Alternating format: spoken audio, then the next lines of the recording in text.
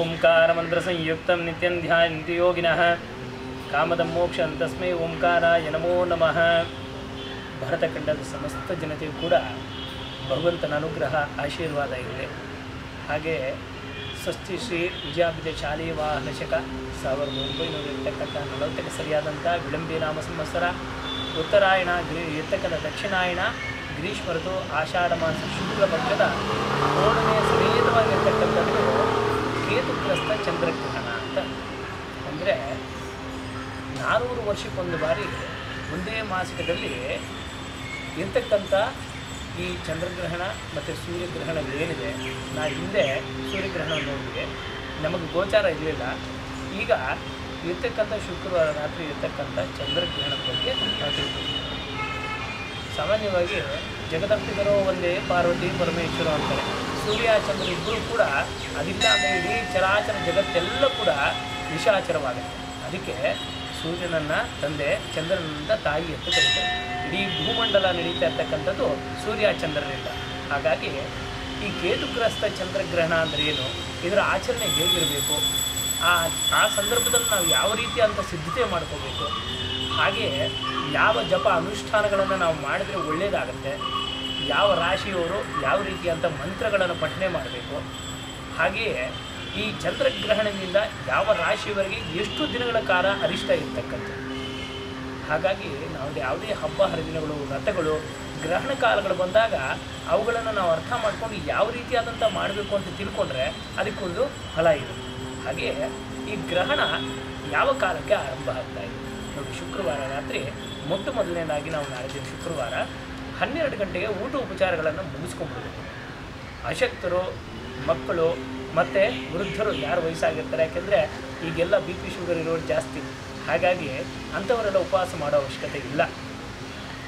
ನಂತರ ಮುಖ್ಯವಾಗಿ ಗರ್ಭಿಣಿ ಸ್ತ್ರೀಯರು, ಇವರು ಯಾವುದೇ ಕಾರಣಕ್ಕೂ ಕೂಡ ಆಚೆ ಬರತಕ್ಕಂಥದ್ದು ತಪ್ಪಾಗುತ್ತೆ.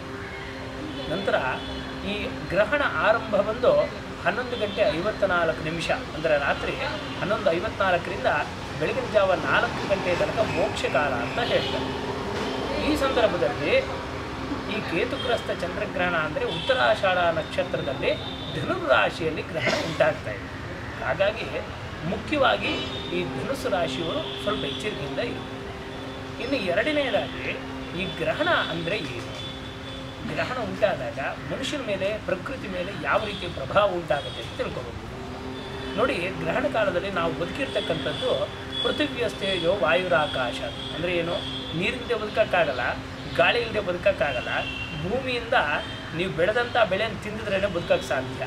ಹಾಗೆ ನಮ್ಮ ದೇಹದಲ್ಲಿ ರಕ್ತ ಇದೆ, ವಾಯು ಇದೆ, ಮಜ್ಜ, ಮಾಂಸ, ಮೇಧ ಅಂತ ಎಲ್ಲ ಇದೆ. ಇವೆಲ್ಲವೂ ನಮ್ಗೆ ಎಲ್ಲಿಂದ ಸಿಕ್ತು? ಜ್ಞಾನೇಂದ್ರಿಯಗಳು, ಕರ್ಮೇಂದ್ರಿಯಗಳು, ಪಂಚೇಂದ್ರಿಯಗಳು ಅಂತೇಳಿ ಇವಿಷ್ಟು ನಮ್ಮ ದೇಹದಲ್ಲಿದೆ. ಅದಕ್ಕೆ ನಾವು ಬದುಕಿರೋದು ಪ್ರಕೃತಿಯಲ್ಲಿ. ಆ ಪ್ರಕೃತಿ ಮೇಲೆ ಯಾವ ರೀತಿ ಅಂತಂದರೆ, ಗಾಳಿಯ ವಿಕಿರಣಗಳೇನಾಗುತ್ತೆ ಅಂತಂದರೆ ಚಂದ್ರನಿಂದನೂ ವಿಕಿರಣಗಳು ಬರುತ್ತೆ, ಸೂರ್ಯನಿಂದಲೂ ಸಾವಿರಾರು ಕೋಟಿ, ಲಕ್ಷಾಂತರ ಕೋಟಿ ದೂರದಿಂದ ಕಿರಣಗಳು ಬರುತ್ತೆ. ಆ ಕಿರಣಗಳ ಪ್ರಭಾವ ಏನಿರುತ್ತೆ, ಮೊದಲನೇದು ಬಂದು ಪ್ರಕೃತಿಯಲ್ಲಿ ನೀರಿನ ಮೇಲೆ ಚಂದ್ರಗ್ರಹಣ ಉಂಟಾಗೋದು, ಶಂಖದ ಮೇಲೆ, ಹಾಲಿನ ಮೇಲೆ, ಅಕ್ಕಿಯ ಮೇಲೆ, ಈ ಬಿಳಿ ಎಕ್ಕದ ಹೂವಿನ ಮೇಲೆ, ಮನಸ್ಸಿನ ಮೇಲೆ ಮುಖ್ಯವಾದಂಥ ಪರಿಣಾಮ ಈ ಚಂದ್ರಗ್ರಹಣ ಬೀರುತ್ತೆ. ಅದಕ್ಕೆ ಮನಸ್ಸರ್ವೇಂದ್ರಿಯಾಣಿ ಚ ಖಂವಾಯುರ್ಜ್ಯೋತಿರಾಪ ಪೃಥಿವಿ ವಿಶ್ವಧಾರಿಣಿ ಅಂದರೆ ಏನು, ಚಂದ್ರಮ ಮನಸೋಜಾತ ಅಂತಾರೆ. ಮನಸ್ಸಿಗೆ ಕಾರಕನಾದಂಥ ಚಂದ್ರಗ್ರಹಣ ನಡೀತಾ ಇದೆ, ಅದು ಕೇತುಗ್ರಸ್ತ ಚಂದ್ರಗ್ರಹಣ. ಕೇತು ಏನನ್ನು ತೋರಿಸ್ತಾನೆ, ಮನುಷ್ಯನ ಹಾಳು ಬುದ್ಧಿಯನ್ನು, ಕೆಟ್ಟು ಹೋಗ್ತಕ್ಕಂಥದ್ದನ್ನು, ಅದ್ರ ಜೊತೆ ಚಂದ್ರನ ಜೊತೆ ಸೇರಿಬಿಟ್ರೆ ಏನಾಗುತ್ತೆ, ಮನುಷ್ಯನ ಮನಸ್ಸು ಖಿನ್ನತೆ ಆಗುತ್ತೆ. ಅದಕ್ಕೆ ವಿವೇಕಾನಂದರು ಒಂದು ಮಾತು ಹೇಳಿದ್ರು, ಏಕೆಂದರೆ ಧೈರ್ಯಂ ಸರ್ವತ್ರ ಸಾಧನಂ ಅಂತ ಹೇಳಿದ್ರು. ಧೈರ್ಯ ಇರೋವನಿಗೆ, ಮನಸ್ಸು ಚೆನ್ನಾಗಿರೋವನಿಗೆ ಎಲ್ಲ ಕೆಲಸಗಳು ಮಾಡ್ತಾರೆ.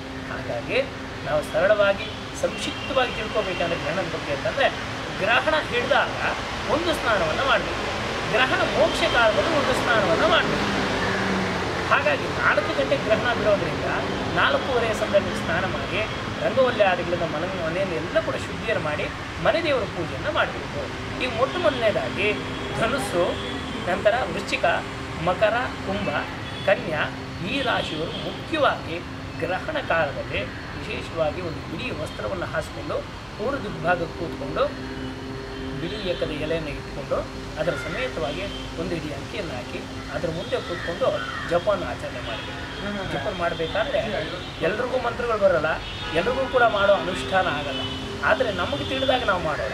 ಹಾಗಾಗಿ ಇದಿರ್ತಕ್ಕಂಥ ಚಂದ್ರಗ್ರಹಣ ಆದ್ದರಿಂದ ದಧಿಶಂಕ ತುಷಾರಾಭಂ ಕ್ಷೀರೋದಾರ್ಣವ ಸಂಭವಂ ನಮಾಮಿ ಶಿಶಿನಂ ಸೋಮಂ ಶಂಭೋ ಮುಕುಟಭೂಷಣಂ. ದಧಿಶಂಖ ತುಷಾರಾಭಂ, ಶಂಖವನ್ನು ತೋರಿಸ್ತಾನೆ. ಕ್ಷೀರೋದಾರ್ಣವ ಸಂಭವಂ, ಹಾಲನ್ನು ತೋರಿಸ್ತಾನೆ. ಹಾಗಾಗಿ ಈಶ್ವರನ ತಲೆಯ ಮೇಲಿರ್ತಕ್ಕಂಥ ಚಂದ್ರ ಆ ಭಗವಂತನ ಶಿರಸಿನ ಮೇಲೆ ಇದ್ದುಕೊಂಡು 15 ದಿನ ಪೌರ್ಣಿಮೆ, 15 ದಿನ ಅಮಾವಾಸ್ಯೆ ಕ್ಷೀಣ ಚಂದ್ರ ಆಗ್ತದೆ. ಅದಕ್ಕೆ ಈ ಶ್ಲೋಕವನ್ನು ಹೇಳಿಕೊಂಡು ಕೂತ್ಕೊಂಡು ಸ್ನಾನ ಮಾಡಿ ಜಪವನ್ನು ಮಾಡಬೇಕು. ಜಪ ಬಿಟ್ಟ ಮೇಲೆ ಮೋಕ್ಷ ಕಾಲ ಆದ ನಂತರ ಮತ್ತೆ ಸ್ನಾನವನ್ನು ಮಾಡಿ ಆ ಎಕ್ಕದ ಎಲೆಯನ್ನು ಅದ್ರ ಜೊತೆಗೆ ಅಕ್ಕಿ ಮತ್ತು ಹುರುಳಿ ಮತ್ತು ಉದ್ದು ಆ ಬಿಳಿ ಎಕ್ಕದ ಎಲೆಯನ್ನು ಇಷ್ಟನ್ನು ಕೂಡ ನಿಮಗೆ ಹತ್ತಿರ ಇರ್ತಕ್ಕಂಥ ದೇವಸ್ಥಾನದಲ್ಲಿ ಕೊಟ್ಟು ನಮಸ್ಕಾರವನ್ನು ಮಾಡಿ. ಇದನ್ನು ಮಾಡೋದ್ರಿಂದ ಗ್ರಹಣದ ಫಲ ಉಂಟಾಗುತ್ತೆ. ಹಾಗೆಯೇ ತರ್ಪಣ ವಿಚಾರಕ್ಕೆ ಬಂದಾಗ ರಾತ್ರಿ 12 ಗಂಟೆಯಿಂದ 4 ಗಂಟೆ ತನಕ ಇರೋದ್ರಿಂದ ತರ್ಪಣ ಅಂತಂದರೆ ಯಾಕೆ ಮಾಡಬೇಕು? ತರ್ಪಣ ಗ್ರಹಣದಲ್ಲಿ ನೋಡಿ, ಸಂಕ್ರಾಂತಿಯಲ್ಲಿ, ಗ್ರಹಣದಲ್ಲಿ, ಮುಂದಿನ ತಿಂಗಳು ಬರ್ತಕ್ಕಂಥ ಪಿತೃಪಕ್ಷದಲ್ಲಿ ಈ 3 ಕಾಲದಲ್ಲೂ ತಿಲದಿಂದ ತರ್ಪಣವನ್ನು ಮಾಡಬೇಕು ಅಂತ ಹೇಳೋದು. ಈ ತರ್ಪಣ ಯಾಕೆ ಮಾಡಬೇಕಂದ್ರೆ ವಿಷ್ಣುವಿನ ಶರೀರದಿಂದ ಹುಟ್ಟಿದ್ದೇ ಎಳ್ಳು, ವಿಷ್ಣುವಿನ ಶರೀರದಿಂದ ಹುಟ್ಟಿದ್ದೇ ದರ್ಬೆ. ಹಾಗಾಗಿ ವಿಷ್ಣು ಶರೀರ ಗ್ರಹಣ ಮಹಮೀಶಾನ ಏವಚ. ಅದಕ್ಕೆ ತಂದೆ ತಾಯಿಗಳು ಎಲ್ಲಿರ್ತಾರೋ ಗೊತ್ತಿಲ್ಲ, ಅವಲಾಶ್ರಮದಲ್ಲೋ ಅನಾಥಾಶ್ರಮದಲ್ಲೋ ತಂದೆ ತಾಯಿಗಳು ತೊಗೊಂಡು ಹಾಕಿರ್ತಾರೆ. ಜನ್ಮ ಕೊಟ್ಟ ತಂದೆ ತಾಯಿಗಳಿಗೆ ಯಾರು ಮಾಡಲ್ಲ. 33 ಕೋಟಿ ಅಂದರೆ 36 ಕೋಟಿ ದೇವತೆಗಳು ಪೂಜೆ ಮಾಡಿದಷ್ಟು ಫಲ ಒಂದು ತಂದೆ ತಾಯಿಗೊಂದು ತನ್ನ ಹಾಕಿದ್ರೆ ಬರುತ್ತೆ. ಅದಕ್ಕೆ ಹೋದಂಥ ತಂದೆ ತಾಯಿಗಳಿಗೆ ನಾವು ತರ್ಪಣವನ್ನು ಮಾಡಲಿಲ್ಲ ಅಂತಂದರೆ ಮುಂದೆ ವೃದ್ಧಿ ಆಗ್ತಕ್ಕಂಥ ವಂಶ ಹಾಳಾಗುತ್ತೆ ಅಂತ ಹೇಳ್ತಾರೆ. ಅಂದರೆ ಏನು, ಈಗ ಸಾಮಾಜಿಕವಾಗಿ ನಾವು ನೋಡೋದಾದರೆ ಎಷ್ಟೋ ಜನಕ್ಕೆ ಮಕ್ಕಳಾಗ್ತಿಲ್ಲ, ಎಷ್ಟೋ ಜನಕ್ಕೆ ಡಿಪ್ರೆಷನ್ ಅನ್ನೋ ಕಾಯಿಲೆಯಿಂದ ತುಂಬ ತೊಂದರೆ ಪಡ್ತಾ ಇದೆ. ಕೆಲವರು IVF ಅದು ಇದು ಅಂತ ಹೇಳ್ಬಿಟ್ಟು ಮಕ್ಕಳ ಕೊರತೆ ಜಾಸ್ತಿ ಆಗ್ತಾಯಿದೆ. ನಂತರ ತಂದೆ ತಾಯಿಗಳ ಅವಿಭಕ್ತ ಕುಟುಂಬ ಇಲ್ಲದೇ ಆಗ್ತಾ ಇದೆ. ಇದಕ್ಕೆಲ್ಲ ಕಾರಣ ಅಂತಂತಂದರೆ ನಾವು ಮಾಡ್ಕೊತಾ ಇರ್ತಕ್ಕಂಥ ತಪ್ಪು. ಹಾಗಾಗಿ ಹಿಂದೆ ಅವಿಭಕ್ತ ಕುಟುಂಬ ಇದ್ದು ಒಂದು ಹಬ್ಬ ಸಂಪ್ರದಾಯ ಅಂದರೆ ಎಲ್ಲವೂ ಕರೆಕ್ಟಾಗಿ ಮಾರ್ಗದರ್ಶನ ಕೊಟ್ಟು ಮಾಡ್ತಿದ್ರು. ಈಗ ಏನಾಗಿದೆ, ಅವಿಭಕ್ತ ಕುಟುಂಬ ಇಲ್ಲ. ಹಾಗಾಗಿ ಎಲ್ಲ ಹಬ್ಬ ಹರಿದಿನಗಳು ಗ್ರಹಣಗಳ ಬಗ್ಗೆ ನಮಗೆ ಅರ್ಥ ಸಿಗ್ತಾ ಇಲ್ಲ. ಹಾಗಾಗಿ ಈ ಗ್ರಹಣ ಕಾಲದಲ್ಲಿ ಈ ರೀತಿಯ ಆಚರಣೆ ಇದೆ. ಇನ್ನು ಪ್ರಾತಃ ಕಾಲದಲ್ಲಿ ರಂಗವಲ್ಯಾದಿಗಳನ್ನು ಹಾಕಿ ಮನೆ ದೇವರನ್ನು ತೊಳೆದು ನಂತರ ತಲೆಗೆ ಸ್ನಾನವನ್ನು ಮಾಡಬೇಕಾದ್ರೆ ಹಾಲನ್ನು ಇಟ್ಕೊಂಡೆ ಸ್ನಾನ ಮಾಡಬೇಕು. ನಂತರದಲ್ಲಿ ಗ್ರಹಣ ಹಿಡಿಯೋಕ್ಕೆ ಮುಂಚೆ ಇರ್ತಕ್ಕಂಥ ಗ್ರಹಣ ದಿನ 12 ಗಂಟೆಗೆ ನಾವು ಊಟೋಪಚಾರ ಮುಗಿಸಬೇಕು. ಸಂಜೆ ತನಕ ಊಟ ಮಾಡ್ಕೊಂಡು ಇರಬಾರ್ದು. ಒಳ್ಳೆ ಏನಾಗುತ್ತೆ, ರಾತ್ರಿ ಗ್ರಹಣದಾಗೆ ನಾನು ಊಟ ಮಾಡ್ತೀನಿ, ನಾನು ಕಣ್ಣಿಂದ ನೋಡ್ತೀನಿ ಅಂದರೆ ಅದು ನಿನ್ನಣೆ ಬರ. ಯಾಕೆಂದರೆ ಸೊಳ್ಳೆ ಕಷ್ಟವನ್ನು ಕೊಟ್ಟಿರ್ತಾ ಆ ನೋವು ಏನು ಅಂತೇಳಿ ಸೊಳ್ಳೆನ ನೋಡ್ದವ್ನು ಗೊತ್ತಿರಲ್ಲ. ಅದಕ್ಕೆ ಹೊಟ್ಟೆನ ಒಂದು ತೋರ್ಸೋಕ್ಕಾಗಲ್ಲ, ಗಾಳಿಯನ್ನು ತೋರ್ಸೋಕ್ಕಾಗಲ್ಲ. ಅದಕ್ಕೆ ಎಕ್ಸ್ಪೀರಿಯನ್ಸ್ ಕೆನಾಟ್ ಬಿ ಎಕ್ಸ್ಪ್ಲೇನ್ ಅಂತಾರೆ, ಎಕ್ಸ್ಪ್ಲೇನ್ ಮಾಡಲಿಕ್ಕಾಗಲ್ಲ ಎಕ್ಸ್ಪೀರಿಯನ್ಸ್ನ. ಹಾಗಾಗಿ ನಾವು ಇರ್ತಕ್ಕಂಥದ್ದು ವಾಸ್ತವಾಂಶವನ್ನು ಅರ್ಥ ಮಾಡ್ಕೊಳ್ಳಿ. ಅದೇ ರೀತಿಯಾಗಿ ಈ ಅನುಷ್ಠಾನವನ್ನು ಮಾಡೋದ್ರಿಂದ ಯಾರಿಗೂ ಕೆಡಕಾಗಲ್ಲ, ದೇವರು ಯಾರಿಗೂ ಕೆಡಕನ್ನು ಮಾಡಲ್ಲ, ಆದರೆ ಮನುಷ್ಯನೇ ಕೆಡಕನ್ನು ಮಾಡ್ತಕ್ಕಂಥದ್ದು. ಹಾಗಾಗಿ ಮನಸ್ಪೂರ್ವಕವಾಗಿ ಗ್ರಹಣಾಚರಣೆ ಈ ರೀತಿಯಾಗಿದ್ದರೆ ಅದರ ಫಲ ಸಿಗ್ತಕ್ಕಂಥದ್ದು.